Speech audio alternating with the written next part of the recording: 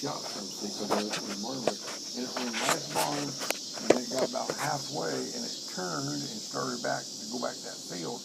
And I gave it another, and just it turned, boom, back, and it went through the fence and went, as far as I could see, it was still going back across that hayfield. Yeah. So I come to the house. What caliber gun was it? 12 gauge. With slugs? 3-inch Magnum. And the Number 2. first shot it took, and it never even like it bothered it. Number 2. Where'd you hit it at? Right in the face. With a slug? No, number 2. Oh, buckshot. No, they're not even buckshot. They're not even that big. And I told them guys over there I killed that one back there, and they said, "What did you do with it?" And I said, "It's number 2." They said, "Hell, you're lucky you even killed them with them." Yeah, all you did was kind of scratch his flea bites. Yeah, I scratched him good. So you blasted him the first time, and he kept rolling. No, he kept coming, running right toward me. Then he turned and started to go back to the back, and boom, right there. There's one walking up the road. That girl. Yeah. Sure. Yeah. She ain't got no titties. So you shot him once, and he was still coming at you. Well, he didn't know. He was just coming because he didn't know where I shot from. Right. And then he turned and started going back across the hayfield. But just when he turned, I boom, gave him the other barrel. Right in the back door. Right in the side. So did that kill him? And went clear back in the middle of the back in the hayfield.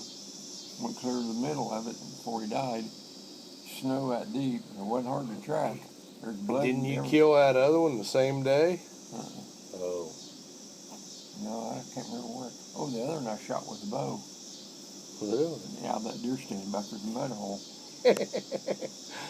There was no deers, and you was like, well, fuck I was sitting it. up there in the tree, you know, and it was about this, you know, the sun was just down, and it was getting a little bit darker, but I was sitting up there in that tree, and I was looking out, you know, like into the wildlife area, and from that back field, it must have been beans on them because there wasn't no cornstalk or nothing. It was pretty smooth, and I see these 2 coyotes coming from way back to the back fence. They keep coming, and they get up there, you know, about even with the food plot. Mm-hmm. And one of them kind of broke off and went into the food plot back in that way, and the other come right up to the mud hole, toward the mud hole. Yeah. And it stopped probably about there at that tree and sit down on its haunches, and it was just looking around. It had no idea I was in that tree. Wow. And I had that crossbow, and I just and that thing whirled around and took off running as hard as it could run back across that field. And with an arrow through it? Or went clear through it. In and out. In and out. It didn't even know what the hell happened, really. No, and it ran clear about halfway across that field, and I kept watching. All of a sudden it just made a great big flip in the air like that. Pooh, dead. Wow. Right through the heart. Wow. So you... I shot 2 back there at the bow. That one that was in the freezer that was rotten got come from back there killed with a bow. Are those just opportunities that present themselves when the hunting aren't good? While I'm deer hunting. Right.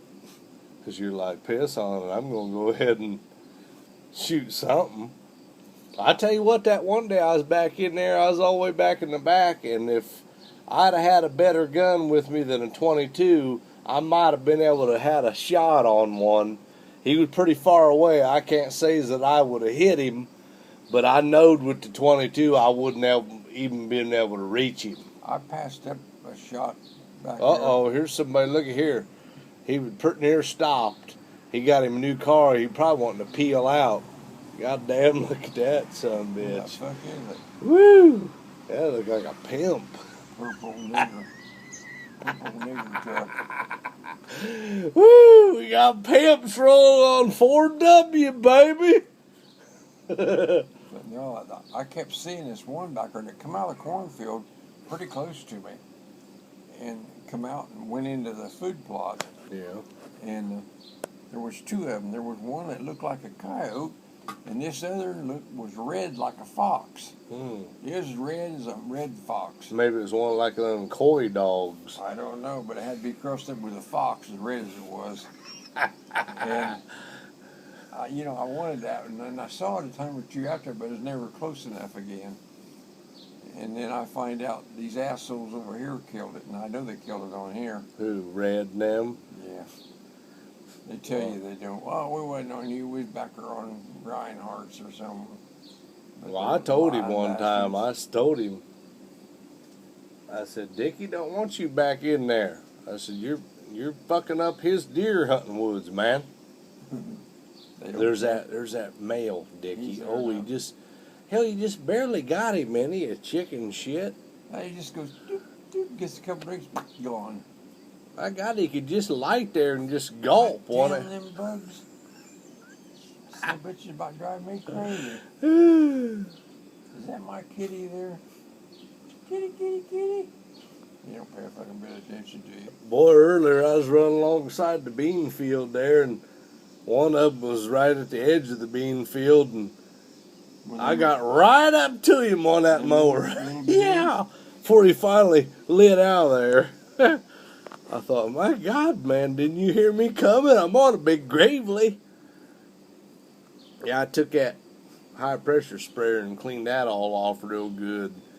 I always feel like if you clean them about every third mow or so, they breathe a lot better, you know? You need to do that before you put them away in the winter. Yeah. Clean them up good. Boy, John Schultz always did that. He oiled everything and high pressure sprayed it, and there he's chasing that butterfly again, Dick. I don't know what the hell's the matter with him. Except that butterfly's got a tongue about like his that goes. Well, he's probably a competition for the nectar. I've never seen a butterfly like it, brother.